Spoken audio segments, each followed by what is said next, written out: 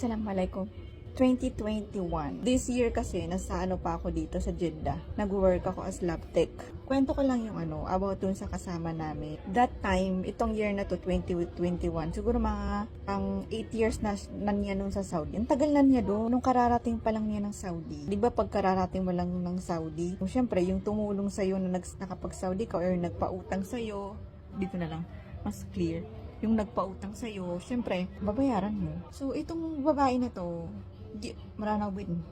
Dia babay, subabay at tunganay niyang bu sa kanyang miyugup sa kita padami sa work para makasudi na miyak humingi ron sa favor tinta kapaya ko na hingi na kanta ka favor nagita favor to dita padami sa work mulis kaniya na garanto kasi nagita babay na parang anak pumasan yan hindi ang katan o bagay o gadgets basta gita pumasan yan na miyak alalayag siguro na ipnagtan sa Philippine peso na 300,000 pimuli niya na garanto na so padami sa work may siram sa karatas. Talagang pumili na legal. Kinuwera so ikama o padami sa work. Nakataniyod ba sa makwa so ikama na syempre, basta isumbong kayo na sa government na plubang ka na gobyerno ka, sisiki na so ikama nga. So, nabaroy ka mga na. Malabud ka matoon. Kayong mamuling yung nagaranto na syempre, kita padami sa work nga di po agirawa di ka kuhan. Dito kasi miyugupon, kung baga nautang na loob. Dito inugupan niya, tingin na okay, syempre, kuan niya alang sa takbuhan yan tunganiran na so family ran sa Pilipinas na magubay-ubay kakapit bahay na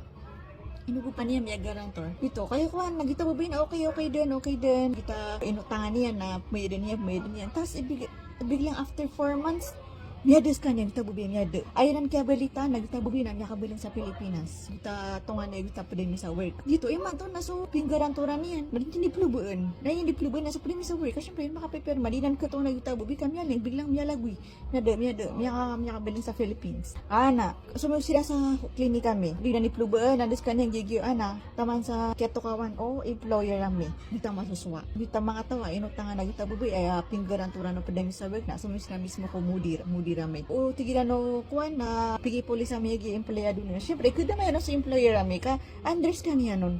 Maandero na. Kumbaga na inyang kafil at mo turun. Para di ron madam may para di nun pan madam sa klinika. Mga syempre kadapit sa guta malapira ka kinwa kita bubay na inugupas kaniya no klinika. Tigilan na ta okay every month na plubot ang susukay nga half book ka pangasukay. Na that time na sukay niyan doon na miya kay twito mga 2,500 real only. Dito kasi basic yan. Sala ko so di ba every year napkuman sa salary nga na so basic yan na 2,500. Yes wa yan na so buong klinik kami na miya that time na da kami ro puno to kasi miya tinutapan nang magupan sa kanin to miya ka uma na mimuli miya gamot-amot silan para tabangas kanyan tapos na hanggang sa miya ka 7 years kanyan na di pa kabaling kasi na dinyan ka paid gita inutang agta bubay syempre kahit na-appears kanyan sukay every month na syempre kuman kanabo niya na to kaipon kanabo gila ko na may to pagkat nila nung kasi na gila ko na discarding mag-advance kasi na namawat yan sa Pilipinas sa buwa kataw.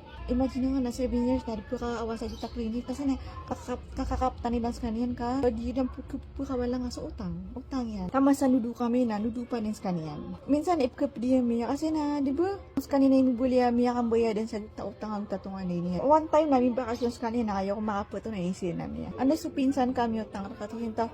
Alam niyo tiginap kili ang sa kanyang tigin sa street ame.